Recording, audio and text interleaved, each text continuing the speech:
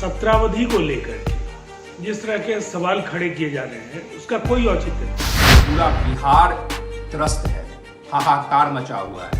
इसके लिए विपक्ष को अपना योगदान देने के लिए तत्पर होना चाहिए।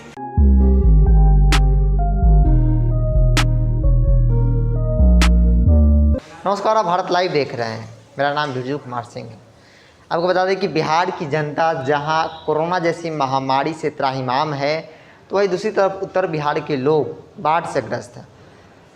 वहाँ लगातार बारिश हो रही है, इसकी वजह से जो नदी का जलस्तर है वो काफ़ी हद तक ज़्यादा हो चुका है और जिसके कारण लाखों लोग बेघर हो चुके हैं।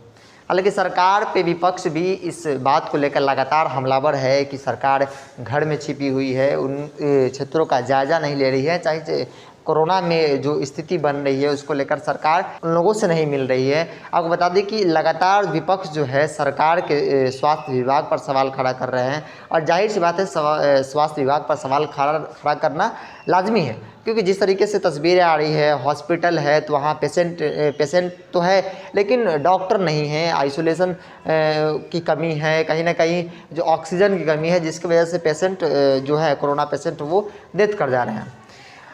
जहां विपक्ष जो है लगातार हमलावर थी सोशल मीडिया के ज़रिए, ट्विटर के ज़रिए या यूँ कहे तो टेलीविज़न और डिजिटल के ज़रिए।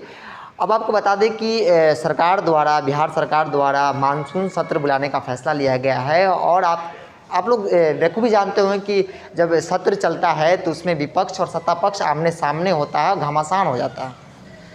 हालांकि सरकार का कहना है इसलिए बुलाया जा रहा है क्योंकि जो अंतरिम बजट है उस पर चर्चा हो और जो महामारी हो उस पर निपटने के लिए पक्ष विपक्ष दोनों साथ मिलकर कोई फैसला ले। और बहुत सारे उम्मीदें भी की है कि विपक्ष हमारे साथ रहेगी और इसको लेकर राजीव रंजन जो कि जेडीयू के प्रवक्ता है क्या कुछ कह रहे हैं, सुनिए आप। विपक्ष को हर प्रश्न पर सवाल खड़े करने की आदत हो गई है और शायद इसीलिए विधानमंडल के सत्रावधि को लेकर के जिस तरह के सवाल खड़े किए जा रहे हैं उसका कोई औचित्य नहीं। सत्र की अवधि किए जाने वाले कार्य, विधायी प्रक्रिया और जन विमर्श से जुड़े जो सवाल हैं उनके आधार पर किया जाता है और इस सत्र की गुणवत्ता बेहतर हो इसके लिए विपक्ष को अपना योगदान देने के लिए तत्पर होना चाहिए। और इसीलिए जब आज बिहार में कोरोना और बाढ़ जैसी समस्याएं हैं और कई लंबित विधेयक हैं, उन पर बातचीत करके इस सत्र की जो भूमिका है उसको ज़्यादा महत्वपूर्ण बनाया जा सकता है और इसीलिए इसी दिशा में विपक्ष से सहयोग की अपेक्षा भी है। तो आपने सुना कि राजीव रंजन ने क्या किया। अब आपको बता रहे इस वक्त की बड़ी खबर कि जहां राजीव रंजन ने विपक्ष को भी टारगेट किया है, वहीं दूसरी तरफ आरएलएसपी के सेकेंड इन कमांड कहे जाने वाले माधव आनंद ने उन फैसलों का स्वागत करते हुए भी सरकार पे हमला बोला है और कहीं ना कहीं नीतीश सरकार की जो टीम है उन पे कहीं ना कहीं एक सवाल खड़ा कर दिया है। क्या कुछ कहा है आरएलएसपी के second in command Madhav Anand ने, आप खुद ही सुन लीजिए।